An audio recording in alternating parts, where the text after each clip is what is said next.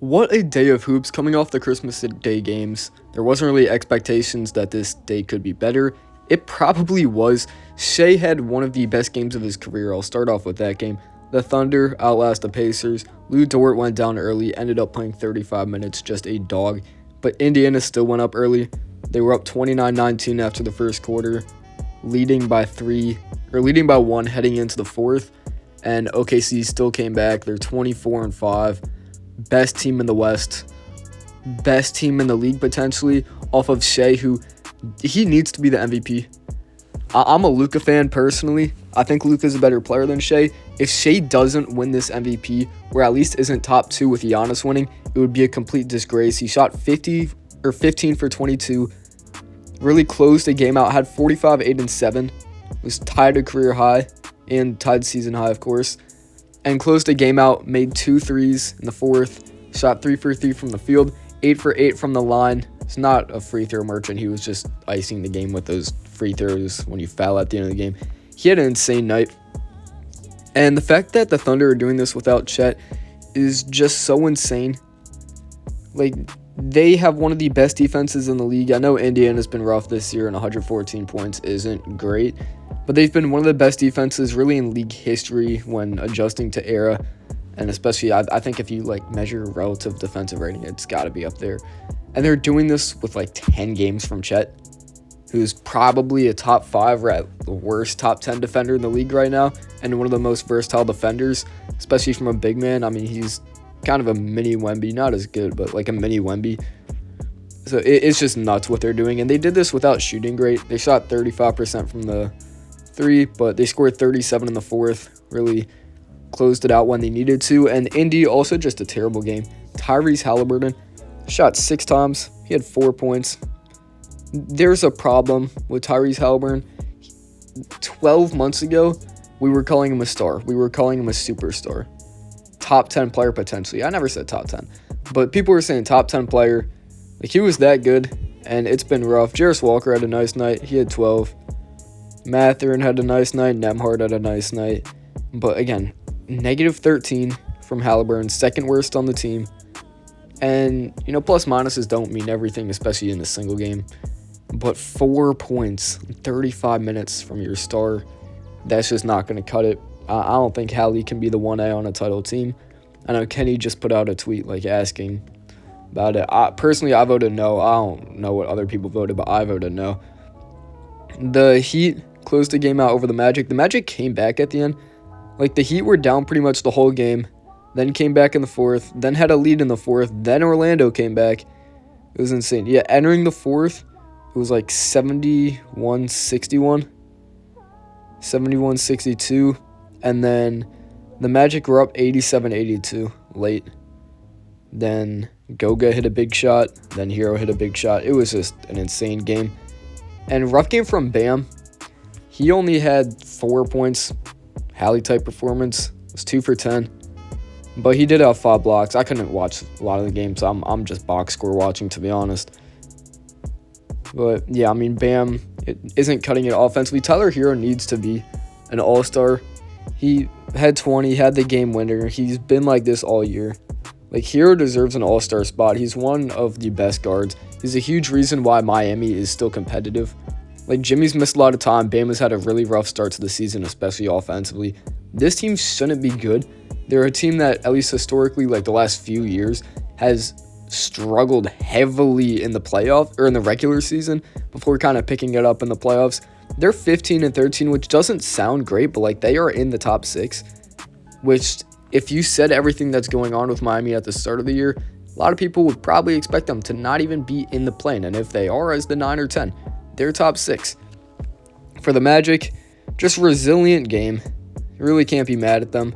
Lost by 1 to a Eastern playoff team. Jalen Suggs almost had 30. Trevin Queen had to play 37 minutes, and Trevin Queen is a dog. G League legend, by the way. He's been great. I'm not going to disrespect Trevin Queen, but whenever he has to play 37 minutes, I'm not sure if that's a game you expect to win. Tristan Da Silva played 39 minutes. I'm not sure that's a game you expect to win. The entire team's been injured. Mo has a torn ACL. Franz and Paolo are injured. So just to remain resilient and staying like this is huge. Orlando's going to be a very good team, especially when they come back. The Wizards, They picked up their 5th win of the year. They don't have the worst record in the league. I'm a Wizards fan personally. We're 4-1 against the Hornets and Hawks, and like 1-22 against the other teams.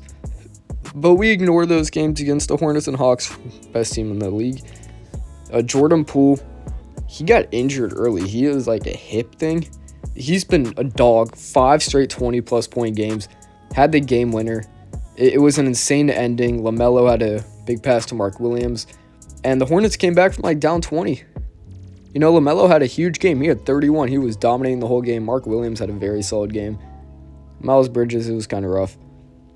Yeah, Jordan Poole's just insane. Alexander Sarr has quietly been way better the last month, and recently there's an argument that he's been playing like a top 3 rookie.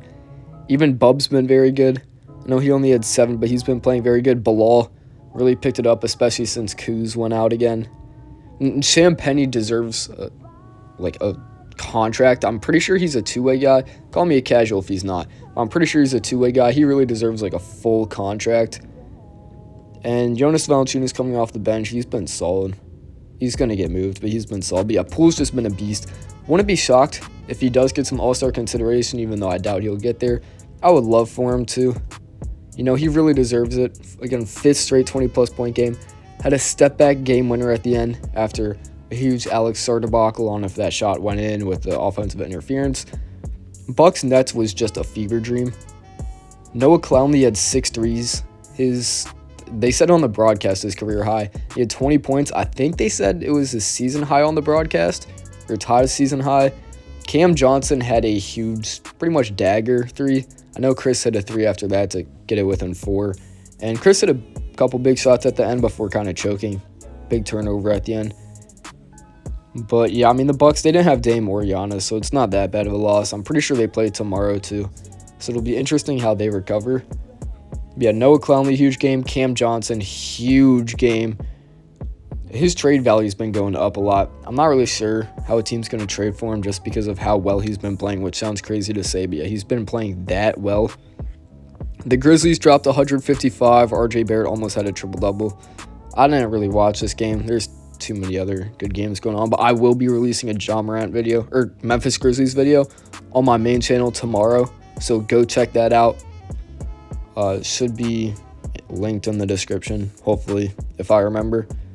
Yeah, all their starters scored at least 15, and Luke Kennard and Scottie Pippen Jr. had 15 on the bench, and Brandon Clark had 11. They had 43, 35, 43, 34 in their quarters. That's just an insane offensive performance.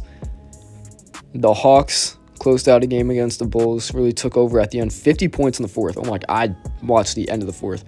So yeah, 21-point deficit in the 4th. Jalen Johnson at 30, which somehow is a career high. Zach LaVine at 37. The Hawks, another huge win. Get over 500. They'll probably move right back down. We know how they're pretty. They're mid. Like the definition of staying at 500. But Hunter at 25 off the bench, continuing a heater. He's averaging over 20 a game this year. And the Hawks, I might have to watch that back. I can't lie. I might be a casual. But yeah, 50-point 4th quarter is just insane. The Rockets also beat the Pelicans. Moved to 21-8. Continue to stay second in the Western Conference, and Jalen Green at 30. We know how Jalen Green's been. I'm considering making a video on him, so leave in the comments if you want me to on my main channel. And yeah, what a game from Hoop, just from the NBA. And NBA, hey, they were hating on their ratings. They're going off the last 2 days. It's been amazing hoops, I can't lie. But yeah, go subscribe if you want. Go check out the main channel. It's in the description if I remember.